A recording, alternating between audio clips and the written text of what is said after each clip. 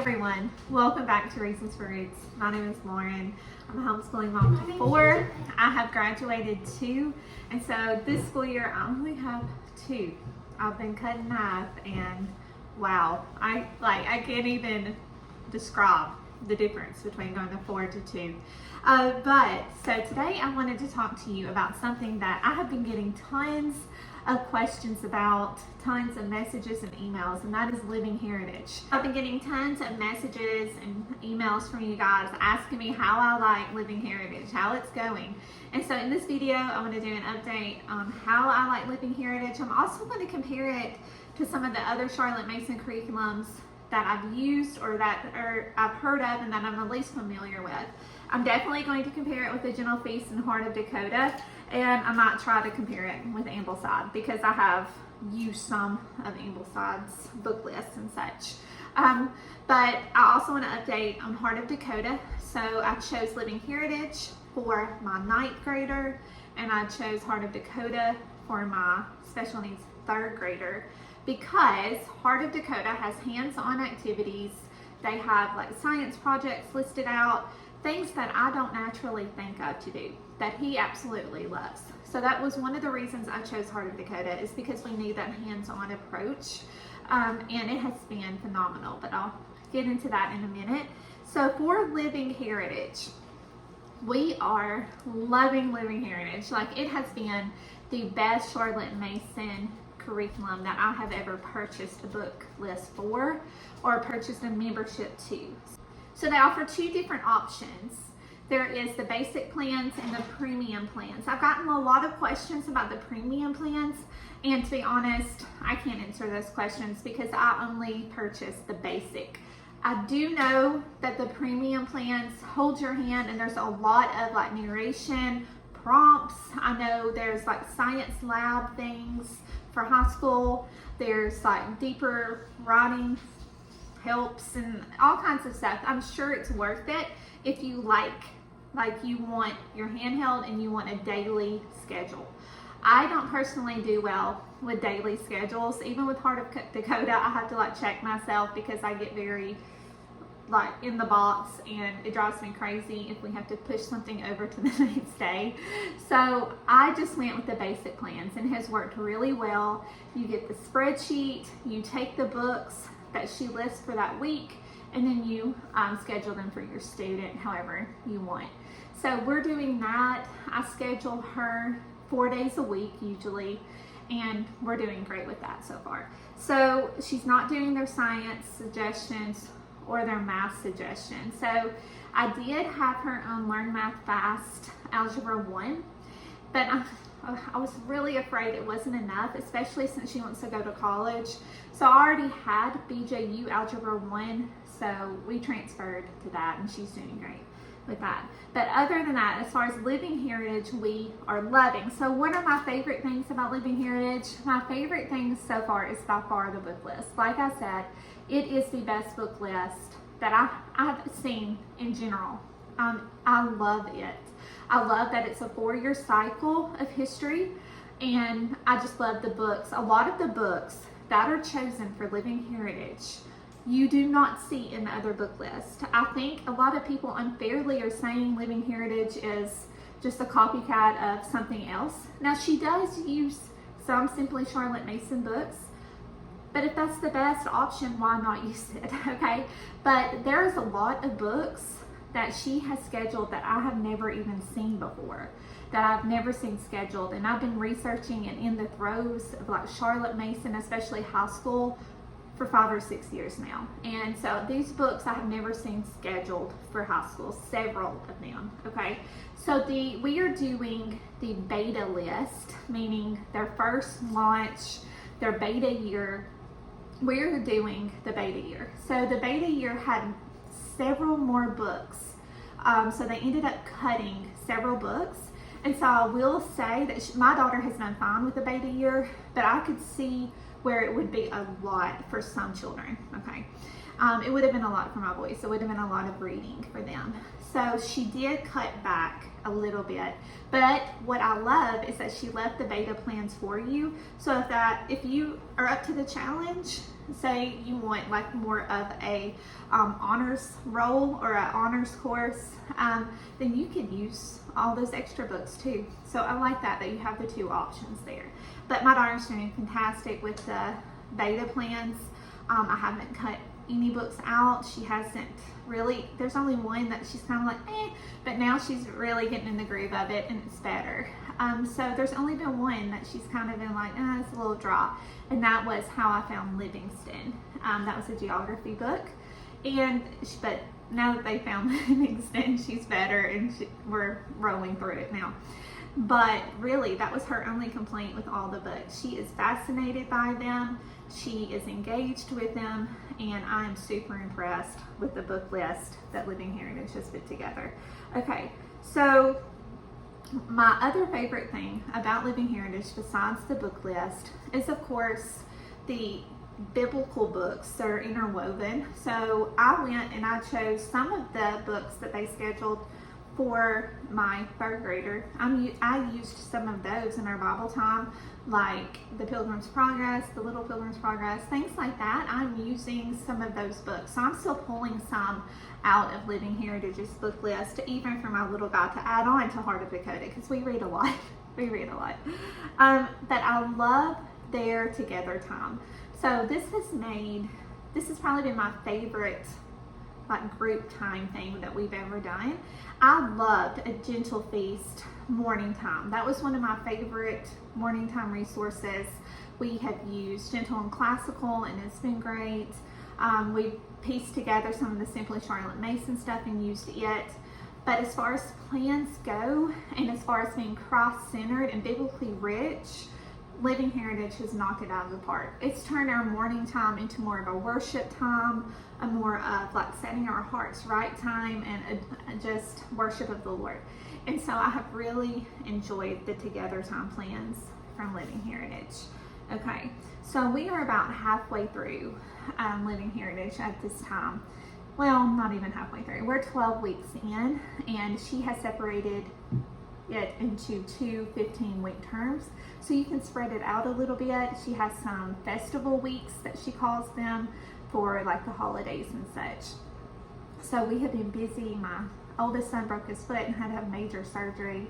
My second son graduated. We went on some trips. You know, it's just been busy around here. So we love schooling year round for that reason, that we can break when life is hard or when life gets too busy.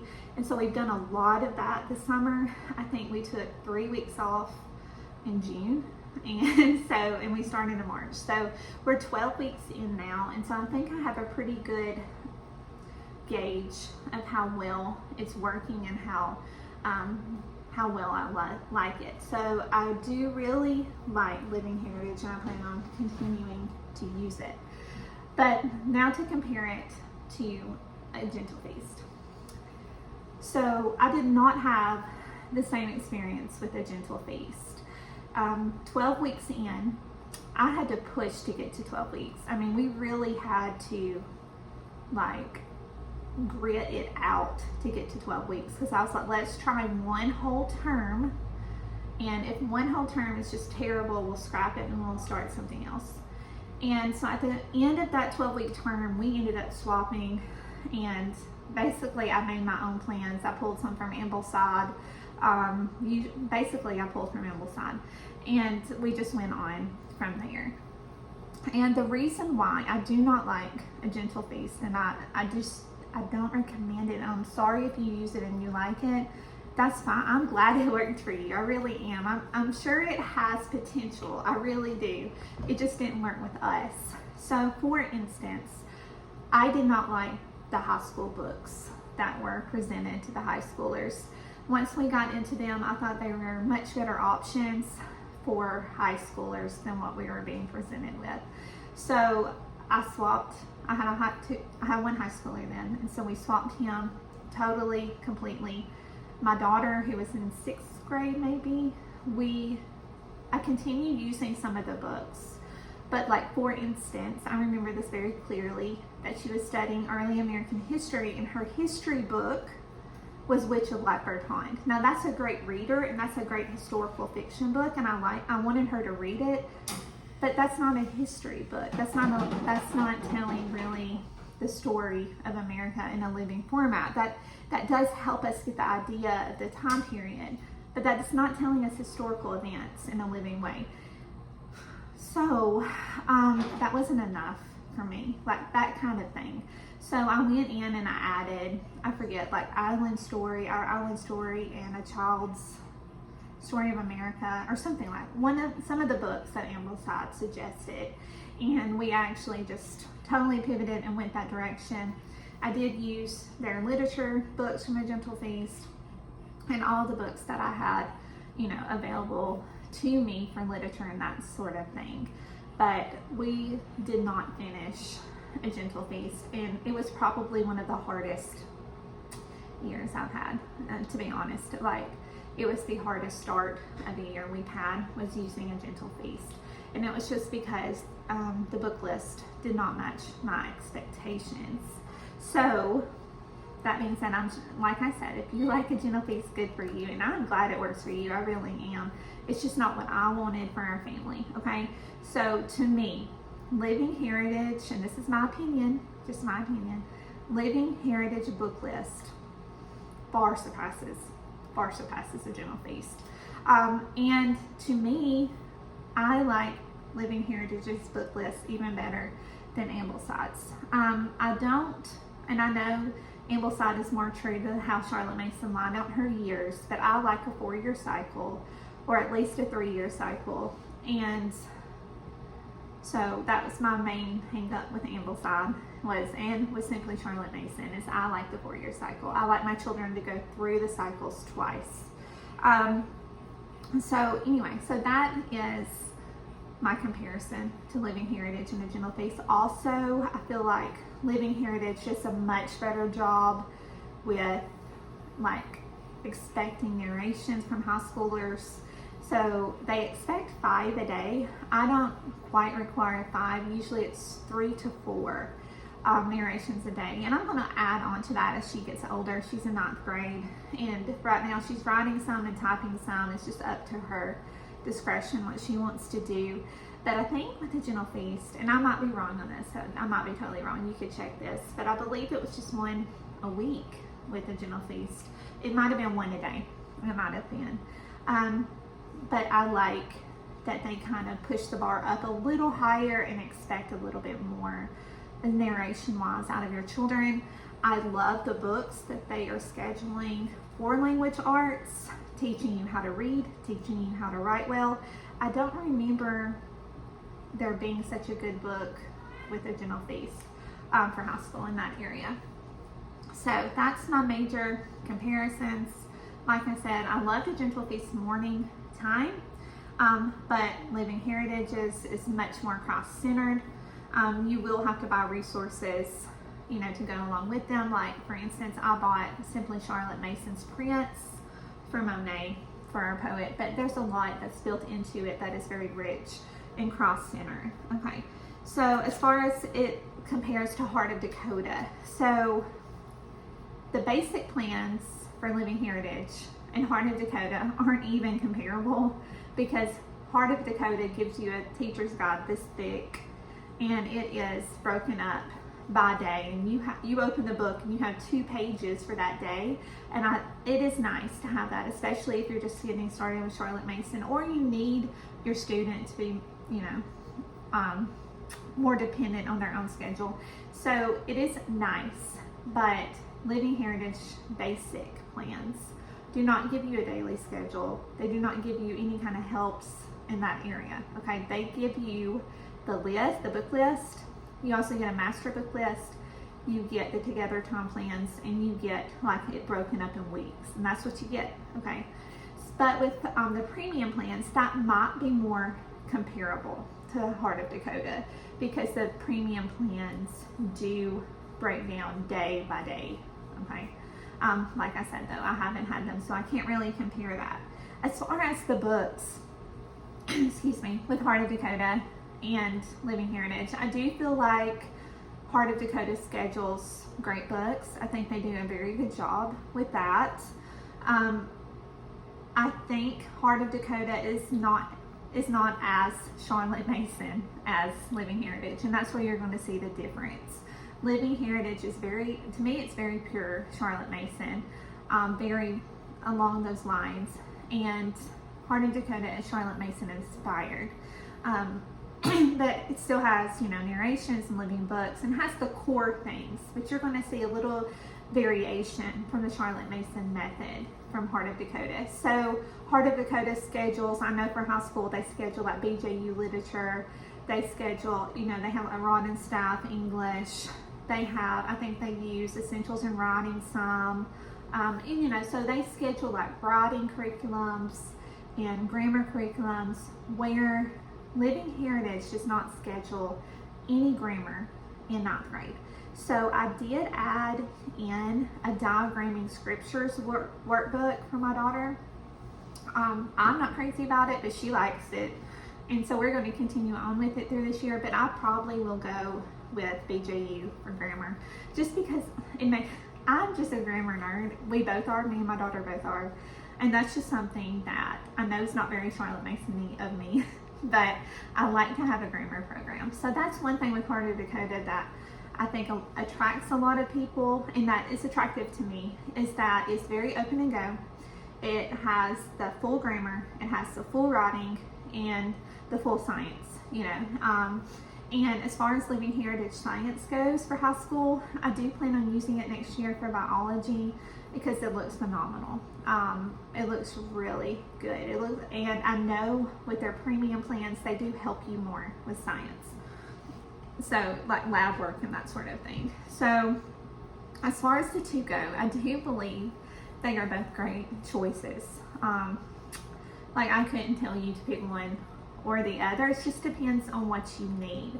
So for my daughter, I knew I needed Living Heritage, and for my son, I knew I needed Heart of Dakota, because for him, he needs some hands-on things to do, some activities like in Heart of Dakota. Bigger Hearts for His Glory is what we're doing now. They schedule like history activities, geography activities, science labs, science notebooking. They give you notebooking pages to do, that sort of thing. And that's what we need for him. And so you don't get that with Living Heritage, and I know that's not all very Charlotte Mason-y.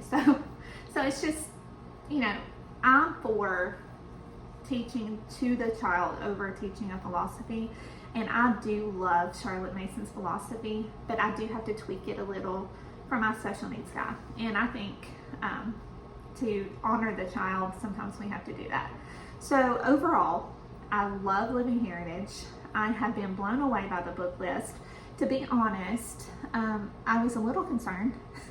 Like, my daughter probably is my most studious one of all my children. So I knew if any of them could really do it and do it well, it would be her. But she's reading like Inferno.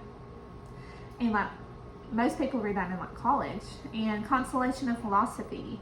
And I mean, we're reading Shakespeare plays, which she's pretty much used to, and Plutarch, and just a lot of books. There's a lot to read, and some of it, like Sir Gawain and the Green Knight, that's a hard read. Holy War, that's a hard read. We're reading some Puritan writers. Again, that can be a hard read. And she has done very well. She has just met the challenge, and she's enjoying them. I think Living Heritage does a really good job with like the harder books, especially like Inferno. They scheduled a free lecture series. No, it wasn't free. You have to buy it on Audible. But they scheduled like a lecture series to go along with Inferno. They scheduled another book, Ascent to Love, to go along with Inferno. And so I think they do a really, really good job of giving you some aids to digest that heavier material. But we are absolutely loving both Living Heritage and Heart of Dakota. So I hope that's helpful. If you have any specific questions about Living Heritage, drop them below and I'll try to answer them. You can always send me an email or a message, and I will try to get back with you in a timely manner. But like I said, I do believe that Living Heritage is not just another Charlotte Mason company trying to make money off Charlotte Mason's name. I love the creator's heart, the vision, and just the intentionality that has been used in this curriculum. It's done very, very well and to the glory of God. And she's very meticulous in the books she chooses. And I appreciate that. I really do. I appreciate her being able to say, oh, I'm taking this book off. I found something in it I don't like. And admitting, like, oh, I don't like that. And replacing books. So she did that with the beta year. And she is always very active in the Facebook group that comes with your membership.